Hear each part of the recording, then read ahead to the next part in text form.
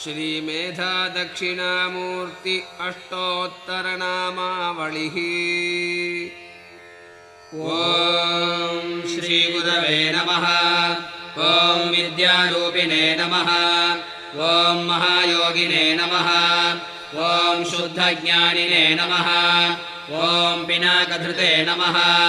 ॐ रत्नालङ्कृतसर्वाङ्गिने नमः। ॐ रत्नमालिने नमः। ॐ जटाधारिणे नमः। ॐ गङ्गाधराय नमः।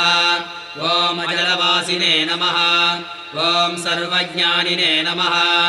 ॐ महाज्ञानिने नमः। ॐ समाधिकृते नमः। ॐ अप्रमेयाय नमः। ॐ योगनिधये नमः। ॐ तारकाय नमः। ॐ ब्रह्मरूपिणे नमः। ॐ भक्तवत्सलाय नमः। ॐ जगद्व्यापिने नमः। ॐ विष्णुमूर्तये नमः। ॐ पुरान्धकाय नमः। ॐ वृषभवाहनाय नमः। ॐ शर्मवासाय नमः। ॐ पीताम्बरधराय नमः। ॐ मोक्षनिधये नमः। ॐ दैन्याधीशाय नमः। ॐ जगत्पतये नमः। ॐ विद्याधारिणे नमः। ॐ शुक्लधनवे नमः। ॐ विद्यादायिने नमः। ॐ गणाधिपाय नमः।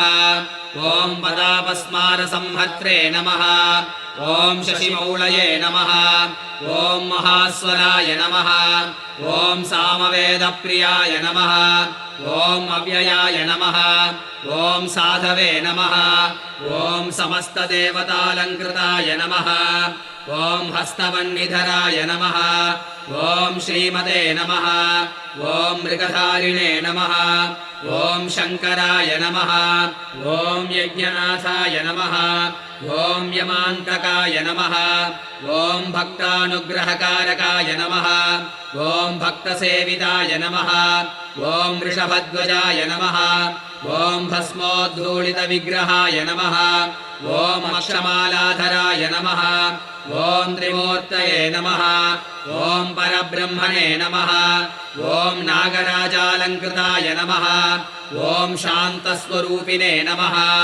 ॐ महारूपिणे नमः। ॐ अर्धनारीश्वराय नमः।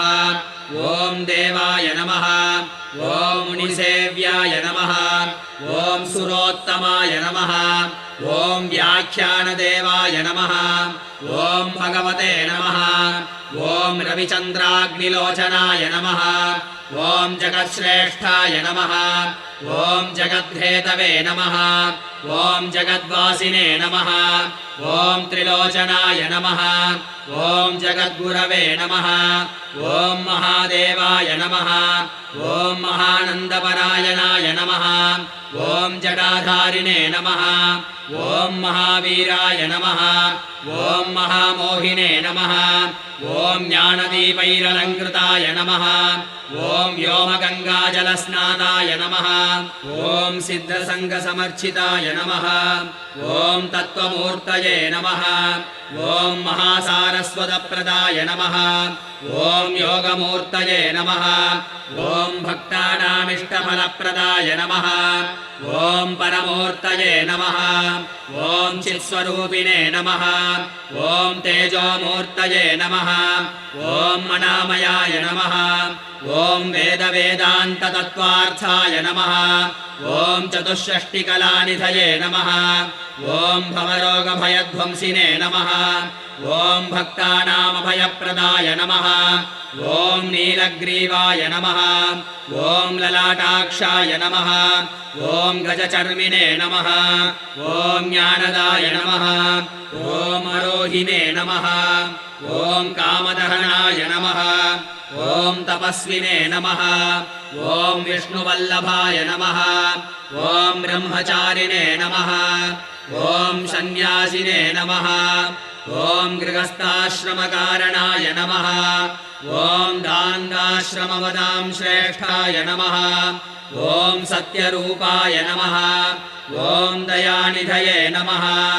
ॐ योगपट्टाभिरामाय नमः। ॐ वीणाधारिणे नमः।